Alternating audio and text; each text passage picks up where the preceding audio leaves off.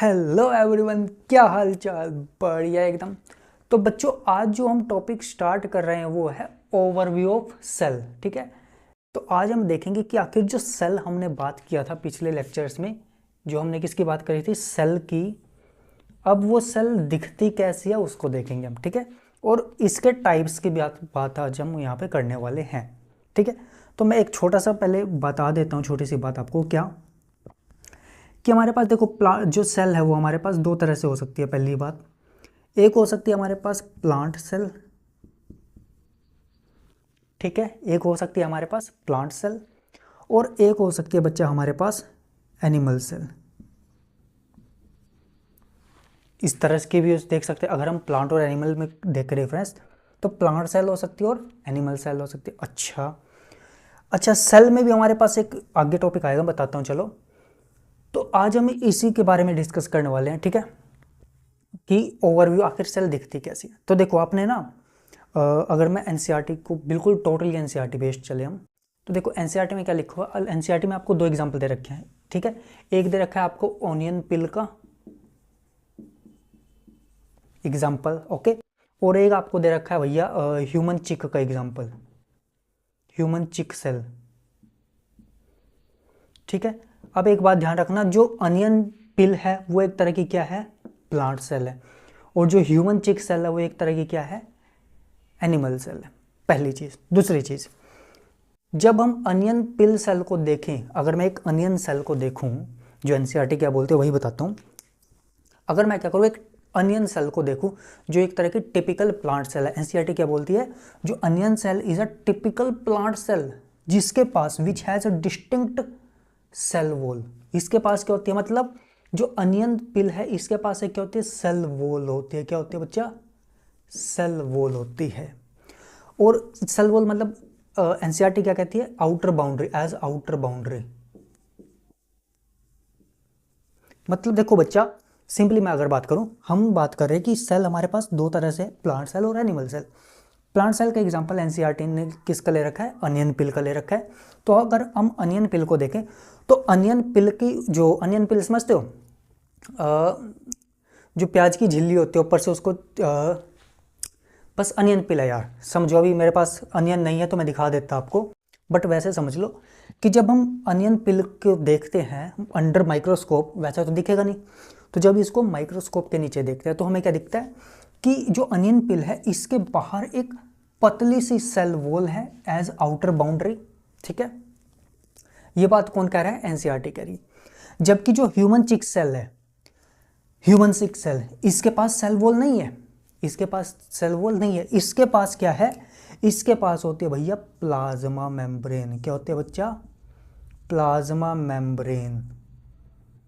ये ध्यान रखना। अच्छा, आपको एक छोटा सा मजेदार चीज बताता हूँ। देखो, अगर आपसे कोई पूछे कि what is the difference between plant cell and animal cell, बच्चा यहाँ पे आपको डायग्राम भी दिख रहे होंगे दोनों के, प्लांट सेल और एनिमल सेल के फिगर दिख रहे होंगे। ठीक है।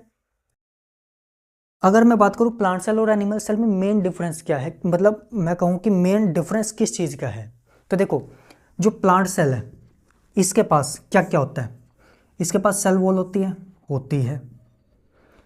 प्लांट सेल के पास प्लाज्मोडेस्माटा होता है, प्लाज्मोडेस्माटा होता है। प्लांट सेल के पास माइक्रोट्यूब्यूल होता है। ठीक है। और प्लांट सेल के पास क्लोरोप्लास्ट होता है। तो ये चार चीज़ों से आप डिफरेंस क्रिएट कर सकते हो प्लांट सेल और एनिमल सेल में, कि प्लांट सेल के पास ये चारों चीज़ें होंगी, सेल वॉल, प्लाज्मोडेस्माटा, माइक्रोट्यूब्यूल और क्लोरोप्लास्ट। जबकि एनिमल सेल में ये कुछ नहीं होता। डिफरेंस आ गया। इन चारों को छोड़ के बाकी सब दोनों में चीज़ें सेम होंगी। मतलब राइबोसोम प्लांट सेल में भी होगा, एनिमल सेल में भी होगा। माइटोकॉन्ड्रिया प्लांट सेल में भी होगा और एनिमल सेल में भी होगा। ठीक है। तो मतलब डिफरेंस यहाँ पे इस तरह से आप याद कर सकते हो। अच्छा देखो, जो हमने बात की कि जो अनियन पिल है, अनियन पिल के पास एक सेल वॉल होती है एज आउटर बाउंड्री, जबकि एनिमल सेल के पास क्या होती है, प्लाज्मा मेम्ब्रेन होती है। ओके। अच्छा, अब एनसीईआरटी और क्या कहती है भैया, एनसीईआरटी बहुत कुछ कहती है। अगर आप समझो, यहाँ तक लिख लिया, नोट कर लिया, एक बार नोट कर लो।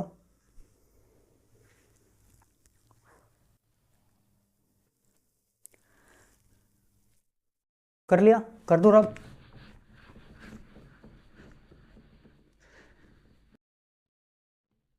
तेरी याद में क्या से क्या हुआ। अच्छा देखो, अगर मैं बात करूँ, देखो हम सेल को देखें, अगर मैं बात करूँ सेल को, सेल है, अब मैं क्या करूँ, सेल के अंदर झांक रहा हूँ, सेल है, सेल के अंदर देख रहे हैं, ठीक है।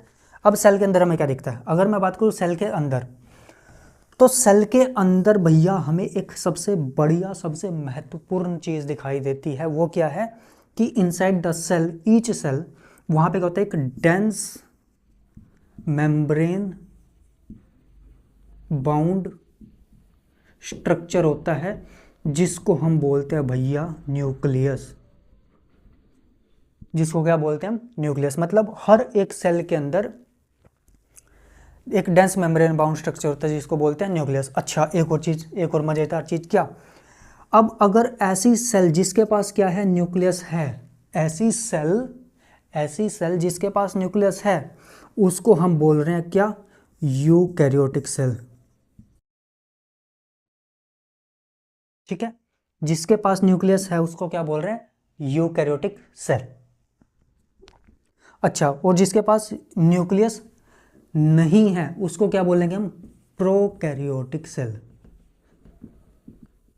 यहां पे भी डिफरेंस बन गया, मतलब जिसके पास मेम्ब्रेन बाउंड न्यूक्लियस है वो है यूकैरियोटिक सेल, और जिसके पास नहीं है वो है हमारे पास प्रोकैरियोटिक सेल। ओके, तो ये छोटा सा डिफरेंस यहाँ पे आप ध्यान रख सकते हो। अच्छा, अब एक तो मेम्ब्रेन बाउंड स्ट्रक्चर ही हो गया। अब देखो जो हमारे पास, जो हमारे पास प्रोकैरियोटिक और यूकैरियोटिक में मेन डिफरेंस यही है कि चाहे प्रोकैरियोटिक हो और यूकैरियोटिक हो, इन दोनों में मेन डिफरेंस क्या है कि यूकैरियोटिक के पास क्या होगा, मेम्ब्रेन बाउंड न्यूक्लियस होगा, जबकि यूकैरियोटिक, जो प्रोकैरियोटिक है उसके पास मेम्ब्रेन बाउंड न्यूक्लियस नहीं होता।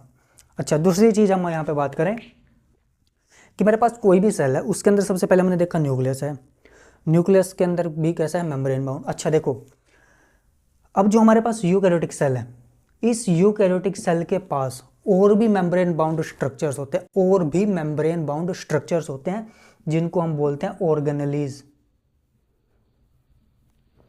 मतलब जो प्रोकैरियोटिक सेल है उसमें ऑर्गेनेलीज नहीं होती, यहाँ पे भी डिफरेंस बन गया। अच्छा, जो ऑर्गेनेलीज होती है ये हमारे पास कौन कौन सी हो सकती है, endoplasmic reticulum, mitochondria, lysosomes, peroxisomes, ये सब हमारे पास क्या है, ऑर्गेनेलीज है। ये सब कैसी होती है, मेम्ब्रेन बाउंड होती है। ओके, अच्छा अब एक चीज़ ध्यान रखना भैया, सबसे बढ़िया इंपॉर्टेंट चीज़, सबसे बढ़िया चीज़ क्या, लिख लिया था, ये लिख लिया हुआ, पोज करके लिख लेना, ठीक है बच्चा। कभी कभी क्या होता है, फ्लो फ्लो में रब कर देते हैं, तो समझ लेना काहे इस रब किया। अच्छा देखो, न्यूक्लियस हो गया, मेम्ब्रेन बाउंड ऑर्गेनेलीज हो गई, ठीक है। अब देखो मैं बात अगर करूं कि जो मेरे पास कोई सेल है, ठीक है, सेल अगर मैं बात करूं सिंपली एनिमल सेल की, तो एनिमल सेल में एक स्ट्रक्चर होता है जिसको बोलते हैं हम सेंट्रोजोम। बच्चे ध्यान से सुनना इस पॉइंट को, जो एनिमल सेल है, एनिमल सेल के अंदर एक और स्ट्रक्चर होता है जिसको क्या बोलते हैं हम, सेंट्रोजोम ऑर्गेनेली। ये क्या करती है भैया, सेल डिवीजन में मदद करती है। किस में मदद करती है, सेल डिवीजन में। किस में मदद करती है, सेल डिवीजन में, ठीक है। अच्छा, और हमारे पास जैसे ना, अगर मैं बात करूं, चाहे यूकैरियोटिक हो या प्रोकैरियोटिक हो, चाहे यूकैरियोटिक हो या प्रोकैरियोटिक हो, दोनों के अंदर एक नॉन मेम्ब्रेन बाउंड ऑर्गेनेली होती है, जिसको हम क्या बोलते हैं, राइबोसोम। मतलब देखो, चाहे प्रोकैरियोटिक हो या यूकैरियोटिक, दोनों में एक नॉन मेम्ब्रेन बाउंड ऑर्गेनेली होती है, जिसको क्या बोलते हैं, राइबोसोम बोलते हैं, ठीक है। तो ये चीज़ ध्यान रखना। अब जो राइबोसोम्स है वो कहाँ कहाँ हो सकता है, अगर मैं बात करूँ प्लांट सेल की, तो प्लांट में क्लोरोप्लास्ट में राइबोसोम हो सकता है। प्लांट में कहाँ पे हो सकता है, क्लोरोप्लास्ट के पास राइबोसोम हो सकता है, ठीक है। और जो माइटोकॉन्ड्रिया वहाँ पर, और हमारा जो रफ एंडोप्लाज्मिक रेटिकुलम है वहाँ पर भी क्या हो सकता है, राइबोसोम्स हो सकते हैं। मतलब भाई जो राइबोसोम्स है वो भैया कैसे हैं, नॉन मेम्ब्रेन बाउंड ऑर्गेनेलीज हैं, ठीक है। तो सेंट्रोजोम याद रखना क्या, किस में मदद करता है, सेल डिवीजन में मदद करता है, ठीक है। अच्छा, अब देखो जो सेल थी हमारे पास, सेल है, सेल के अंदर न्यूक्लियस आ गया। अब यहाँ पे ना एक सेमी फ्लूइड मैट्रिक्स होता है, सेमी फ्लूइड मैट्रिक्स, इस सेमी फ्लूइड मैट्रिक्स को हम क्या बोलते हैं? साइटोप्लाज्म। क्या बोलते हैं? साइटोप्लाज्म। इसको लिख लो एक बार, साइड में हो गया मैं।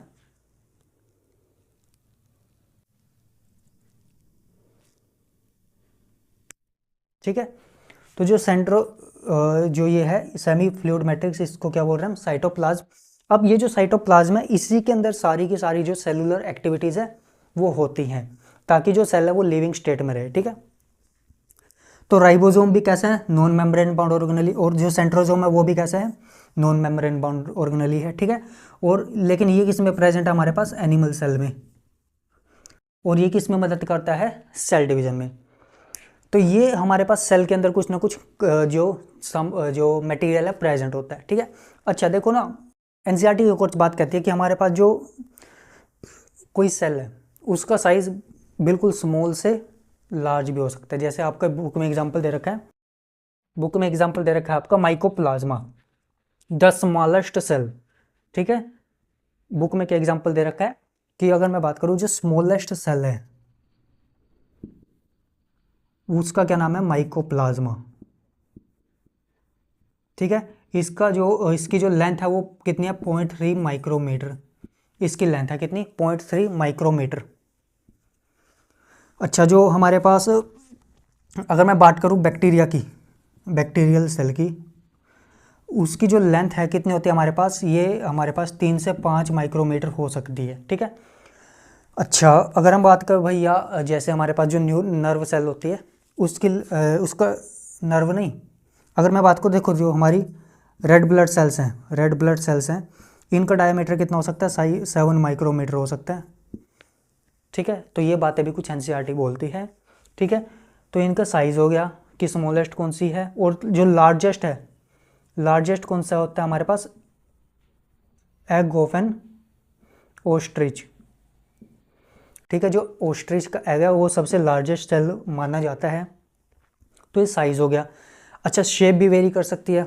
ठीक है, पोलिगनल भी हो सकती है, क्यूबॉइडल भी हो सकती है। ठीक है, तो ये सब हमारे पास क्या है? अच्छा देखो, जो शेप है ना वो किस पे डिपेंड करते हैं? मतलब देखो, कोई सेल है या कोई ऑर्गेनिज्म है, वो किस तरह का फंक्शन कर रहा है उसके बेसिस पे उसकी शेप डिसाइड होती है। ठीक है, एनसीईआरटी क्या बोलती है कि जो शेप है वो कैसे डिसाइड होते हैं? कि वो किस तरह का फंक्शन कर रहा है उस पर डिपेंड होता है हमारे पास सेल की शेप कैसी होगी। ठीक है, तो ये छोटा सा एक ओवरव्यू था हमारा किसका? सेल का। आई होप आपको समझ आया होगा। एक बार, जस्ट एक बार बच्चा एनसीईआरटी रीडिंग ले लेना, आपको सारे पॉइंट्स क्लियर हो जाएंगे, और सारे के सारे जो कॉन्सेप्ट्स है वो आपके ऐसे आंखें जैसे होता है ना, आंखों के सामने स्ट्राइक कर जाएंगे। ठीक है, क्योंकि सारे कॉन्सेप्ट्स यहाँ पे आपको समझाया है, बिल्कुल एनसीईआरटी बेस किया है। ठीक है, तो यहाँ तक कीजिए। अब मिलते हैं हम नेक्स्ट लेक्चर में, जहाँ पर हम बात करेंगे प्रोकैरियोटिक सेल के बारे में। ठीक है, तो पढ़ते रहिए यार, और भैया सपोर्ट कीजिए। Thank you very